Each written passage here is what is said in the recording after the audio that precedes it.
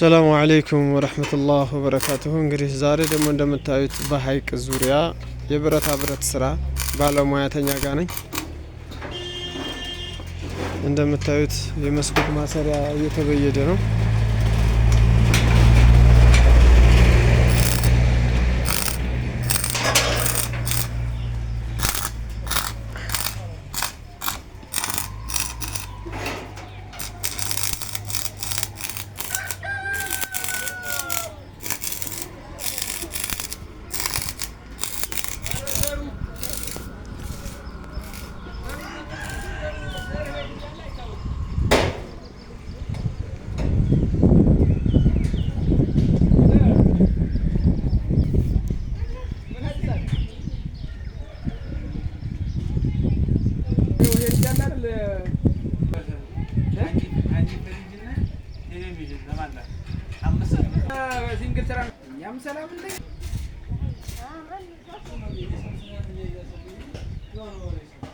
ይሄን ይመስላል ስድስት ያለ መዝጊያ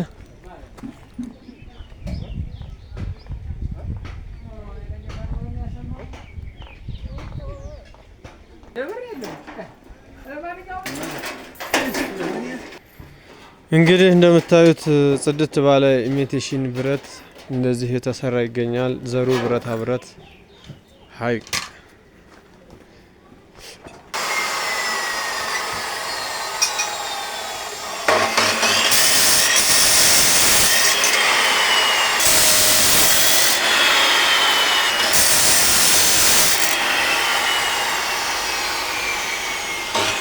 እንደምታዩት የሁለት ተከፋች በር በ3 ሜትር በዚህ መልኩ የተሰራ ነው። አሁን ጋንታ ማሰሪያ ነው።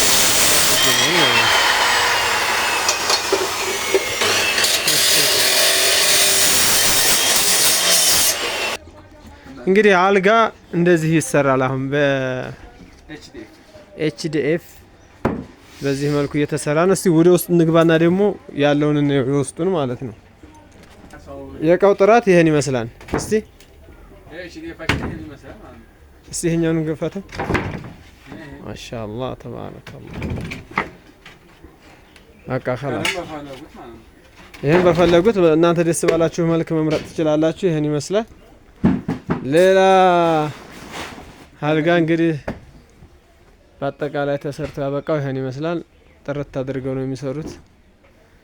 የገባችሁ መጥለብ ትችላላችሁ። ሌላ የባጃጅ ወንበር ድረስ አይቀርም። የምትፈልጉ ካላችሁ በዚህ መልኩ እየሰሩ ያስረክባሉ። ማሻአላህ ተባረከላህ። ጽድት ባለ ሁኔታ አስተካክለውታል። ሌላ ቁም ሳጥን ደግሞ ይሄን ይመስላል። ቁም ሳጥን ኤል ኪችን ነው። ይሄ ኤል ኪችን ያው ይሄ አላበቃም፣ ደግሞ ሲያበቃ የምታዩት ይሆናል ማለት ነው። ማሻአላህ ተባረከላህ። እንግዲህ ኤችዲኤፍ ጽድት ያለ ይሄን ይመስላል። የተሰሩት አልጋዎች ምን ናቸው? በሚገባ አድርገው ሰርተውታል። የባጃጅ ወንበር እንደምታዩት ፍክት አድርገው ላስቲኩን በደንብ አድርገው ለበጠውታል። ሌላ ቁም ሳጥን በዚህ መልኩ ነው እንደዚህ አድርገውታል። ማሻአላህ ተባረከላህ። ይሄ ደግሞ የአልጋው እየተቀባ ነው። ይሄን ይመስላል ሲቀባ ኮላ ማለት ነው። የኮላ ባለሙያው ነው ይሄ። ይሄ የሚቀባው በዚህ የሆነ ውሃ ምናምን ገብቶ ኤችዲኤፉ እንዳያፈነዳው ጥቅሙ ለዛ ነው። ከዛ በኋላ ደግሞ ድጋሚ ማለስለሻ የሚቀባው ነገር አለ ማለት ነው። አይደለም እንደ ባለሙያው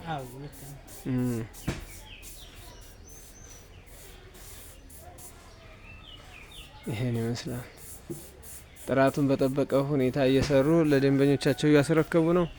የምትፈልጉ ካላችሁ ባዩ ላይ ባለው ስልክ ቁጥር እየገባችሁ አናግሩን። በተለይ በሐይቅ ዙሪያ ያላችሁ ልጆች ተደውለበት በእናትህ